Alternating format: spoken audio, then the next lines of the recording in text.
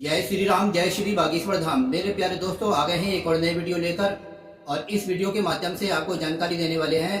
पूज्य बागेश्वर धाम सरकार ने 15 जुलाई 2026 को तो जिन जिन लोगों ने हनुमान चालीसा का ऑनलाइन हवन करा है, यह वीडियो उन लोगों के लिए विशेष रूप से खास है।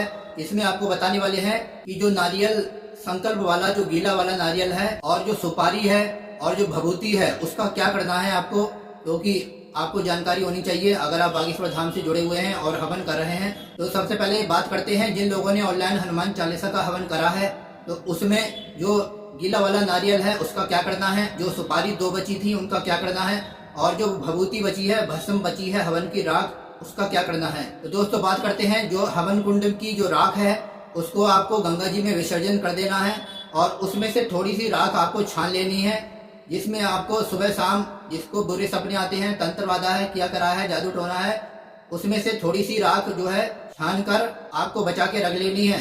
और जब भी बागेश्वर धाम पर आप जाते हैं, जो भभूति वहां से मिलती है उसमें आपको मिला लेनी है और पूरे परिवार आराम से इसका तिलक कर सकते हैं। रोज सुबह शाम को, रात को सोने से पहले तिलक करके सो सकते हैं, जिससे बुरे सपने नहीं आएंगे। जिन पे तंत्रवादा है, प्रेत वादा है, भूत प्रेत की घर में परेशानी है, नेगेटिव एनर्जी है, तो उन लोगों के लिए यह भभूति रामबाण का इलाज के लिए उनके लिए है, क्योंकि यह शुद्ध अभिमंत्रित बागेश्वर वाले जी के और सन्यासी बाबा के हवन से यह ऑटोमेटिकली जो है सिद्ध हो जाती है। इसलिए इसको आपको थोड़ा सा बचा के रखना है और जो बची कुची है या तो आपको गमले में डाल देना है, फुलवारी में डाल देना है। अगर आपके पास में फुलवारी नहीं है तो आप या तो मट्टी में गाड़ दें किसी मंदिर उंदिर के पड़ोस में। अगर मंदिर उंदिर भी नहीं है तो आप गंगा जी में इसको विसर्जन कर दें। राख को कहीं ऐसी जगह नहीं डालना है जहाँ अपवित्र जगह है, शुद्ध और पवित्र जगह पर ही इस राख को डालना है। जहाँ पे मंदिर है, देवालय है, शिवालय है, वहाँ आसपास में, तो वहाँ पर इस राख को गड्ढा खोद कर गाड़ देना है जमीन के अंदर, या किसी फुलवारी में, गमलों में इसको डाल देना है जहाँ फूल वूल आते हैं, और या किसी नदी या सरोवर तालाब में इसको शुद्ध पवित्र जगह पर विसर्जन कर देना है। तो राख के साथ में क्या करना है इसके बारे में आपको जानकारी प्राप्त हो गई है। दोस्तों अब बात करते हैं, जो 2 सुपारी बची है उनका क्या करना है। तो 2 सुपारी गणेश जी का प्रतीक मानी जाती है। जो चौकी पे आपने लाल कपड़ा बिछाया है सन्यासी बाबा बालाजी का और हनुमान जी के फोटो के लिए, उन सुपारी को लाल कपड़े में लपेट कर, और जो नारियल आपको संकल्प के लिए, गीला वाला नारियल आपको जो उतारा करवाया है बागेश्वर गुरु जी ने संकल्प के लिए, उस नारियल को उसमें रख देना है आपको। आप उन 2 सुपारी को अपनी तिजोरी में भी रख सकते हैं। अगर आपकी दुकान है तो मंदिर में या तिजोरी लॉकर में रख सकते हैं जहाँ से पैसे निकाले जाते हैं। लाल कपड़े में थोड़ी सी उनको बांधकर तिजोरी में रख सकते हैं, और जो नारियल है उसको भी लाल कपड़े में लपेट कर, जो चौकी पे आपने पीला वस्त्र बिछाया है, लाल बिछाया है, जो भी बिछाया है, उसमें आपको लपेट कर रख देना है उस नारियल को पूजा वाले स्थान पर। और जब आप बागेश्वर धाम पर जाएंगे तो उस नारियल को आपको बागेश्वर धाम पर बांध देना है अपनी मनोकामना बोलकर। उस नारियल को विसर्जन नहीं करना है। विसर्जन जब तक नहीं करना है जब तक आपकी मनोकामना पूरी नहीं हो जाती है। अगर आपके ऊपर प्रेत वादा है, तंत्र वादा है, घर में परेशानी रहती है और आपकी समस्या का समाधान नहीं हुआ है, उस नारियल को आपको जब भी बागेश्वर धाम पर आप जाएंगे, आपको वहां पर अपने मनोकामना बोलकर बांध देना है। और जो दूसरा वाला नारियल है, सूखा वाला नारियल, उसका उपाय आपको बता रहे हैं, उसका क्या करना है।